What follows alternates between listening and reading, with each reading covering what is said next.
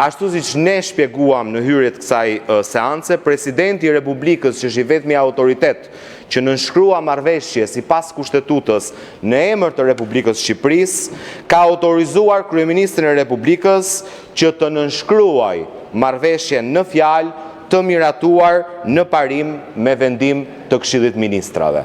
Dhe pyetja ime konsiston, a e ka nënshkruar marrëveshjen kryeministri, sepse Kuvendi hyn në procedurë miratimi pasi kryeministri të ketë nënshkruar këtë marrëveshje.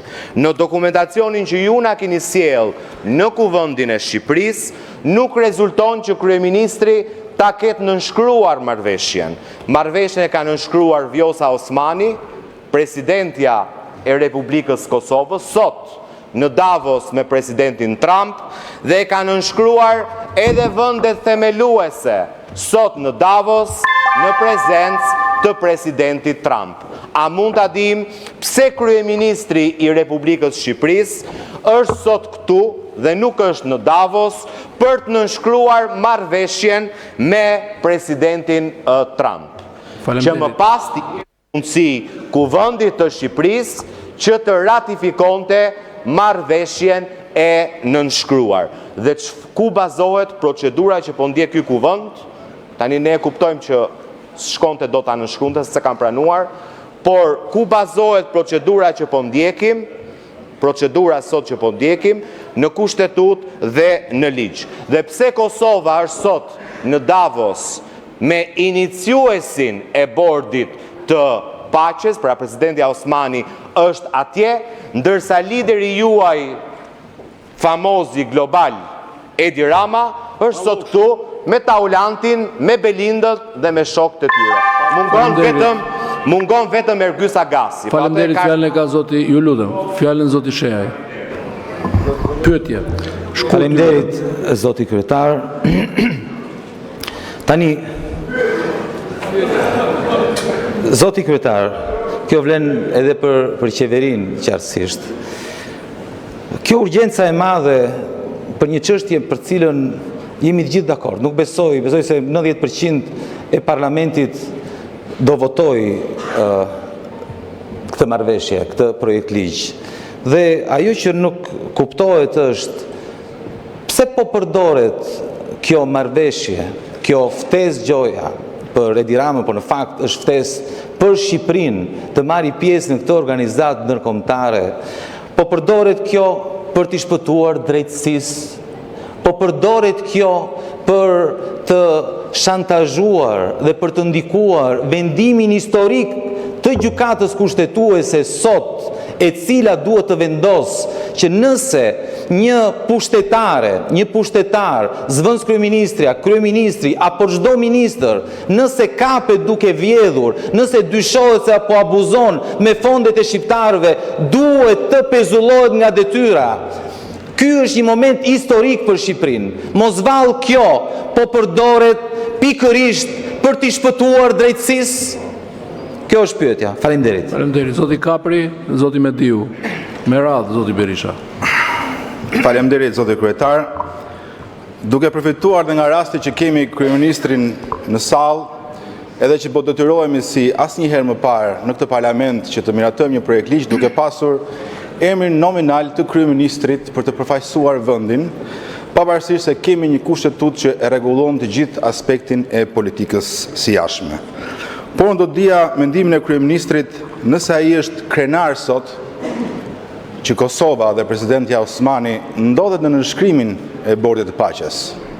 Dhe me këtë do të dija pse zoti kryeministër nuk ndodhet në Davos, pasi ka qenë ndër shtetarët e parë botëror që ka publikuar ftesën dhe në mënyrë të hapur ka gënjur shqiptarët duke thënë që ka një ftesë personale kur ishte një ftesë për dhjetra krerë shtetes. Duke na thënë që do jemi edhe një vend themelues. Kështu që të gjithë prisin të ishin në Davos, madje dhe nga përfaqësuesit tuaj politik në të sallë, konkretisht zoti Balla, është thënë që Shqipëria është vendi i vetëm në Ballkanin Perëndimor që ka marrë këtë ftesë. Tani nuk ka pikë diskutimi që ky është një moment historik për Shqipërinë, ku Shtetet e Bashkuara të Amerikës ne na kërkojnë që të jemi antarë të kësaj organizata dhe e mirëpresim. I detyrohemi shumë Shtetet e Bashkuara të Amerikës. Por ka dhe një çështje tjetër, zoti kryeministër, e cila meriton një vëmendje. Arsyeja është që sot presidenti Trump tha nga Davos që mes disa liderave që unë kam ftuar, tha ai, ka disa që unë nuk i duroj dot. Tani pyetja ime është kjo: na detyroni të votojmë këtu juve nominalisht, ta përfaqësoni ju nominalisht Shqipërinë. Nëse presidenti Trump thotë që unë nuk kërkoj kryeministrin të vi në mbledhjet e organizatës, si do ja bëjmë, zoti kryeministër? Faleminderit. Zoti Mediu dhe zoti Berisha. Pyetje. Zoti kryetar, ka një politik Shqipëria padyshim që është në kuadër të NATO-s por dhe të Bashkimit Evropian. Dhe disa vende të Bashkimit Evropian dhe jashtë Bashkimit Evropian në mënyrë të veçantë Britania e Madhe sot ka shprehur një shqetësim për një analizë më të thellë në raport me Bordin e Paqes për faktin sepse kjo ftesë është adresuar dhe presidentit të Rusisë Putin dhe duke parë që ajo çka do të zhvillohet në Gaza mund të krijojë një precedent më të gjerë dhe brenda këtij konteksti a ka ndonjë analizë nga qeveria apo ku diun nëse ka një këshill sigurisë kombëtare më Shqipëria se duket që se ka, pikërisht me element të mundshëm të cilët do të në një mënyrë apo në një tjetër mund të efektojnë interesa jo vetëm shqiptarëve në Shqipëri, por edhe interesat shqiptarëve në rajon. E them këtë sepse mund bëhemi antarë të këtij bordi paqe, por pesha dhe relevanca jonë pastaj është krejt irrelative në raport me vendimarrjet. Duke qenë dakord 100% që ne jemi në bordin e paqes, mendoj që do ishte e vlefshme dhe një analizë në këtë këndvështrim për efektet që mund të ketë ky bord paqe, do të thonë për çështje akoma pending dhe në mënyrë të veçantë flas për raportet që ka Kosova. Po, një përgjigje nga kryeministri, po, patjetër. Jo, me që po përsëritet dhe njëta pyetje edhe që mos shqetësoheni sepse kuptoj që jeni shumë shqetësuar pse unë nuk jam atje, se mezi prisnin që unë të më shikonit atje. Në fakt unë duhet bëja një zgjedhje midis ti përgjigjesha ftesës së babait apo të mikprisja vajzën këtu në Shqipëri. Edhe zgjodha vajzën.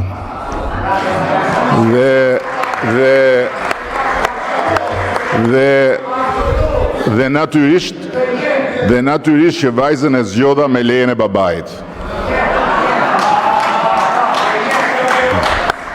E dyta, duke qenë se zoti Mediu është ura që lidh Amerikën me rrugën e shpresës, unë prisja nga zoti Mediu në fakt që të hidhte poshtë pretendimin e Britanisë dhe të mbante anën e Amerikës, po s'ka problem se nuk shohim ne asnjë arsye për të parë divergjenca të tilla, kështu që zoti Mediu rrini i qetë, analizat i kanë bërë ata që na kanë ftuar dhe ne nuk na ardh akoma koha të analizojmë ata që na ftojnë.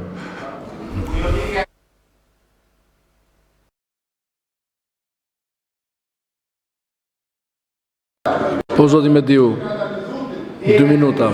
E para, Replik.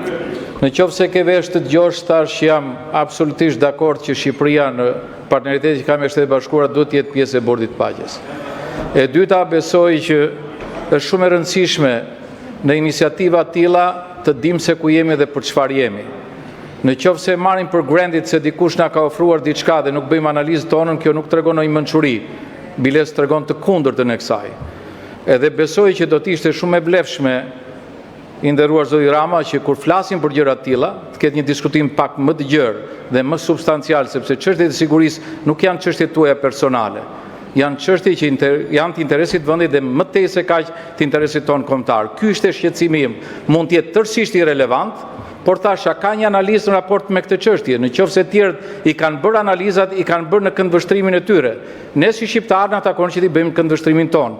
Dhe besoj kjo është normale për një kuvend që ta shoh dhe në këtë këndvështrim dhe nuk shikoj asnjë gjë të tepërt në atë që unë thash. Për sa i përket pasaj lidhjes me rrugën e shpresës e tjerë, e kam pasur dhe kam kënaqësi që të bëj çdo gjë që është e mirë dhe mundshme për vendin tim në çdo raport ndërkombëtar apo edhe politik brenda dhe jashtë vendit.